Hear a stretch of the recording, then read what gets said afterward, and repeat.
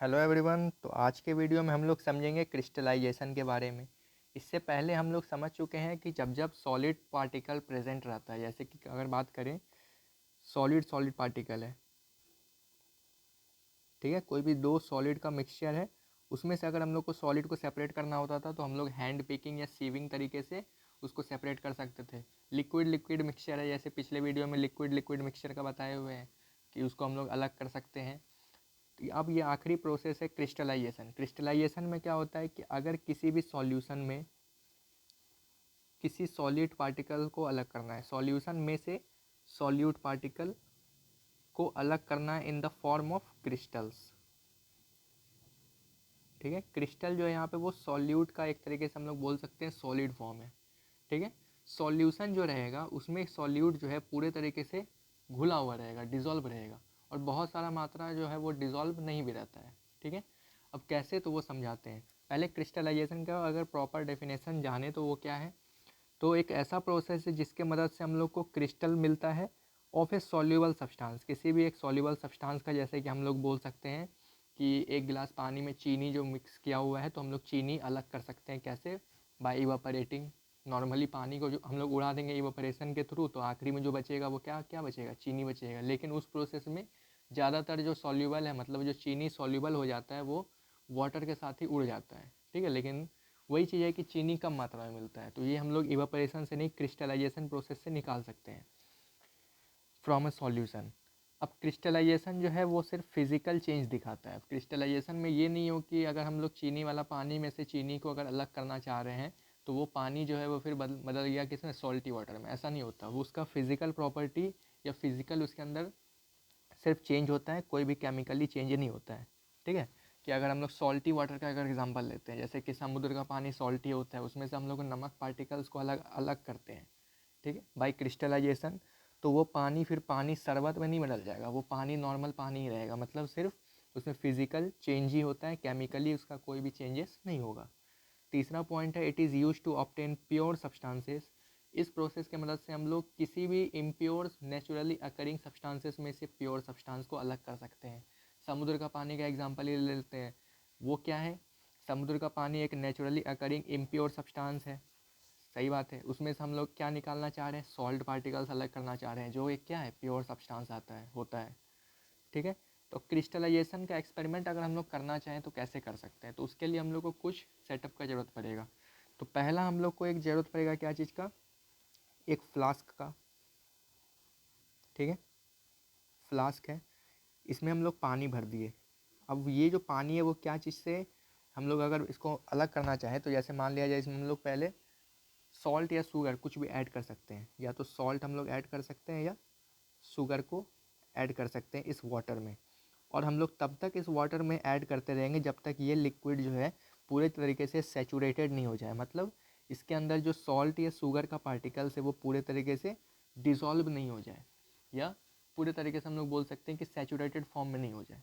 ठीक है, तब तक हम लोग इसके अंदर सॉल्ट और शुगर को ऐड करते रहेंगे। क्यों क्यों करना है, क्योंकि हम लोग को इसका क्रिस्टल फॉर्म अलग करना है। ठीक, जब हम लोग इसके अंदर लिक्विड के अंदर सॉल्ट और शुगर को पूरे तरीके से हम लोग डिज़ोल्व कर देंगे, तो ये इसके अंदर कुछ ना कुछ इसके नीचे में पार्टिकल जमा रहेगा, जो पार्टिकल्स हम लोग बोल सकते हैं दिखेगा। ठीक है, ये जो पार्टिकल जब दिखना शुरू हो जाएगा, इसका मतलब क्या है कि इस लिक्विड के अंदर और शुगर या सॉल्ट का पार्टिकल्स नहीं मिल सकता है, तो इसको हम लोग फिर हीट करना शुरू करेंगे। ठीक है, हीट करना शुरू किए, बंसन बर्नर लगा दिए, इसको हीट करना शुरू कर दिए। तो जब हम लोग हीट करेंगे तो ये जो सॉल्यूशन यहाँ पे है वो एक तरीके से और टेम्परेचर मिलने की वजह से इसका डिसोल्यूशन जो है वो और इंक्रीज़ हो जाएगा, मतलब इसके अंदर और सब्सटेंस डिज़ोल्व होने की क्षमता बढ़ जाएगा। तो हम लोग इसको सुपर सेचुरेटेड कर देंगे। सुपर सेचुरेटेड में हम लोग बोले हुए समझे हुए थे कि सुपर सेचुरेटेड एक ऐसा सोल्यूशन होता है जिसके अंदर हम लोग अलग से टेम्परेचर को बढ़ा करके उसके अंदर सॉल्यूट पार्टिकल्स को डिज़ोल्व कराते हैं।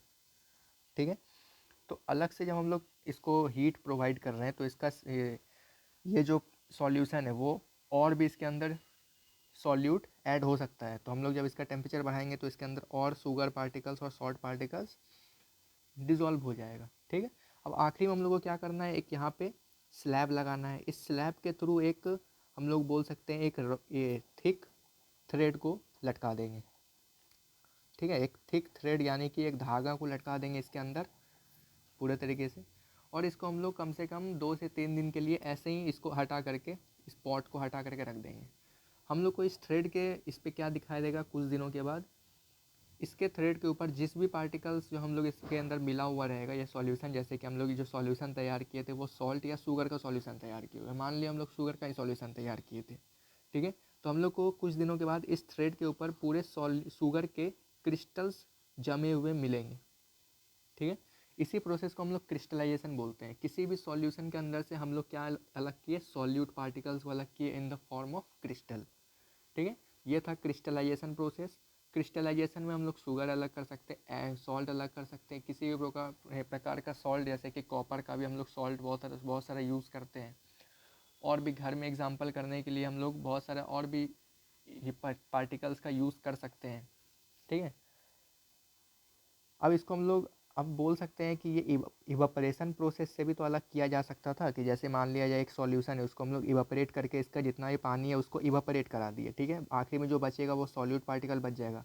लेकिन इस केस में क्या होता है, इवापरेशन में क्या होता है कि जब हम लोग पानी को हीट करते हैं, ठीक है, जब हम लोग पानी को हीट करते हैं तो वो पानी के अंदर कुछ ना कुछ ऐसे पार्टिकल्स प्रेजेंट होते हैं जो पूरे तरीके से इस पानी के अंदर यूनिफॉर्मली डिजॉल्व रहते हैं, ठीक है। तो पानी के साथ वो भी उड़ जाता है।